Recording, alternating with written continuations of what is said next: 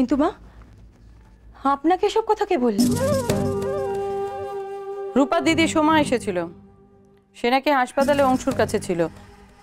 বিমান তোকে বলেছিলাম না রূপাকে নজরে নজরে রাখতে, তাহলে সব খবর আমরা জানতে পারবো।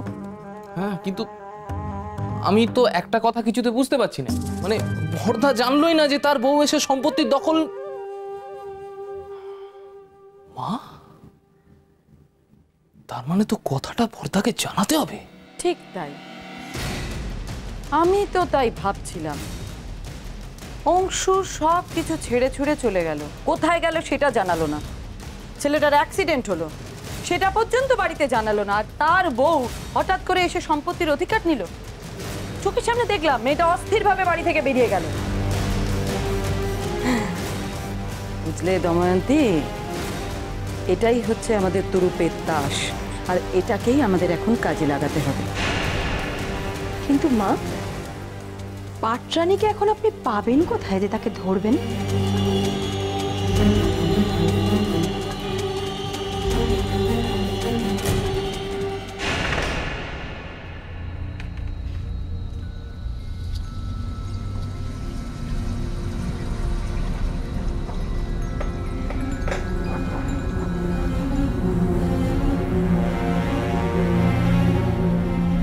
বড়বাবু, হ্যাঁ আসুন,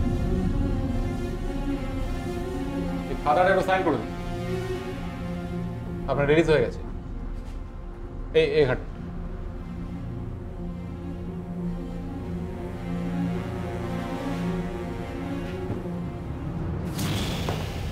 বর্দা, আর কোনো ভয় নেই। যে দোষ করেছিল সে শাস্তি পাচ্ছে, ভগবান সুবিচার করেছেন। যতক্ষণ আমি ভেতরে আছি ততক্ষণ তুই ভাই বোন নিশ্চিন্তে থাক। কি হচ্ছে কথা বলি? আমি আবার বেরোবো, সেদিন হবে তোমাদের দুঃখের দিন।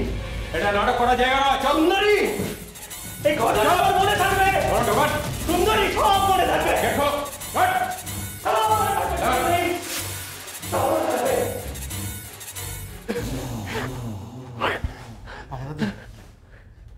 দেখো ঋণ যে কি করে শোধ করবো?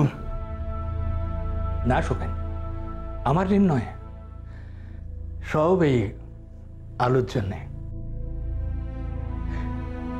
ও তোমার জন্য একা টাকা নিয়ে প্রদীপের বাড়িতে গিয়েছিল।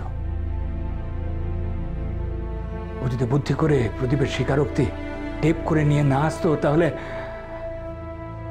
এমন বোন অনেক ভাগ্য করে পাওয়া যায় শোকেন। ওরম ভাবে তাকিয়ে আছো কেন বর্দা? তুমি যদি সেদিন রাতে আমাকে না বাঁচাতে, তাহলে কি ওই শয়তানটা আমায় ছাড়তো?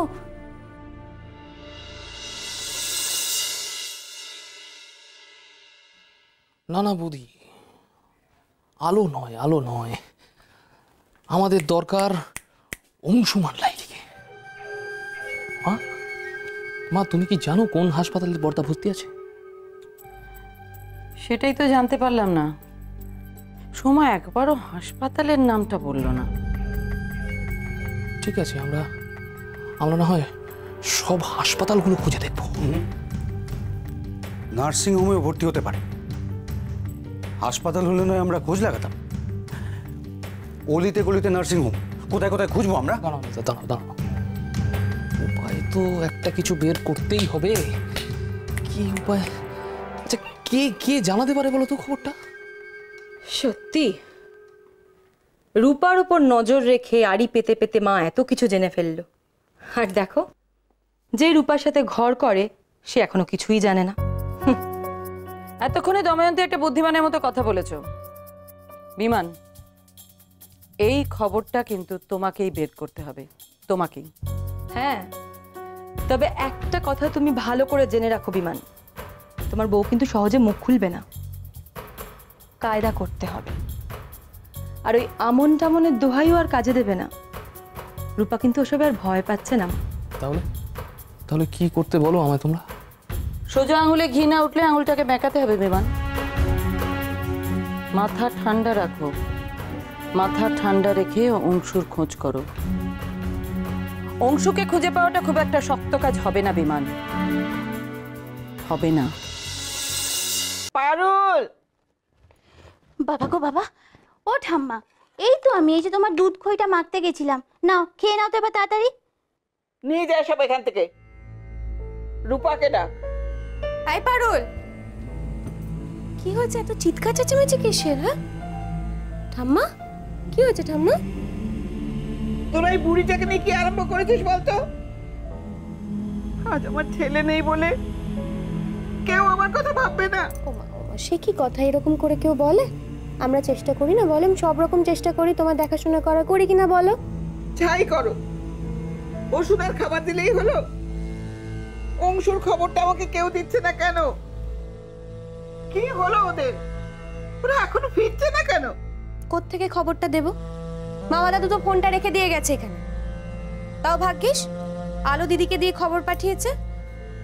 বড়দা ভালো আছে ঠাম্মা, ভালো আছে বড়দা। ভালো আছে তো ফিরছে না কেন? রূপা, আমার কাছে কিছু লুকিও না। আলো কখন অংশুকে নিয়ে আসবে?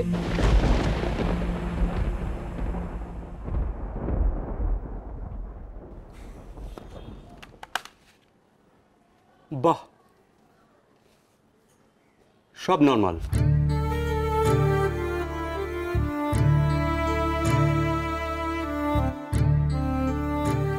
আর কোনো চিন্তা নেই।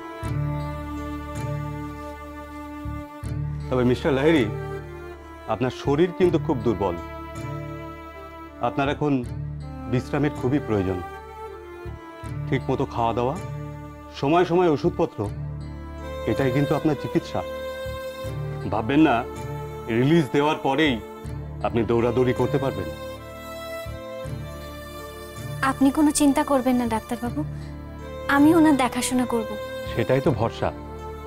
ওনার যা মেজাজ, মাথাটা একটু ঠান্ডা রাখবেন মিস্টার লাহিড়ী, নাহলে অন্যরকম বিপদ হতে পারে।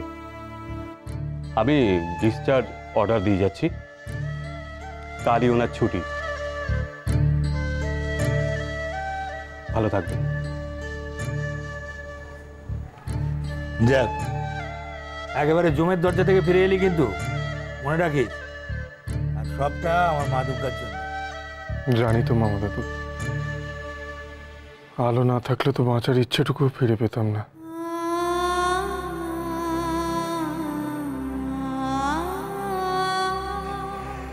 সত্যি আজকের দিনটা খুব শুভ। হ্যাঁ শোন, আমি এবার বাড়ি যাই, দিদিকে একটা খবর দিতে হবে তো যে কাল সকালেই অংশ আসছে।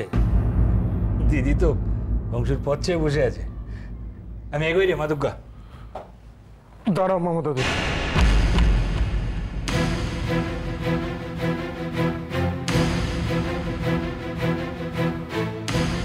আমি আর ও বাড়িতে ফিরবো না।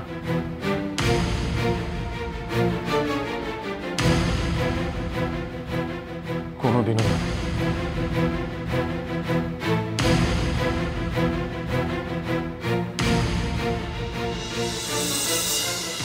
দেখো, আমি আর আলো ঠিক একটা ব্যবস্থা করে নেব। মাথা গোজার ঠাইটুকু হলেই হবে, তুমি অত চিন্তা করো না মামা দাদু।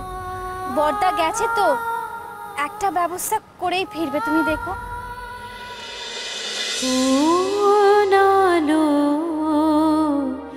লাগলো চোখে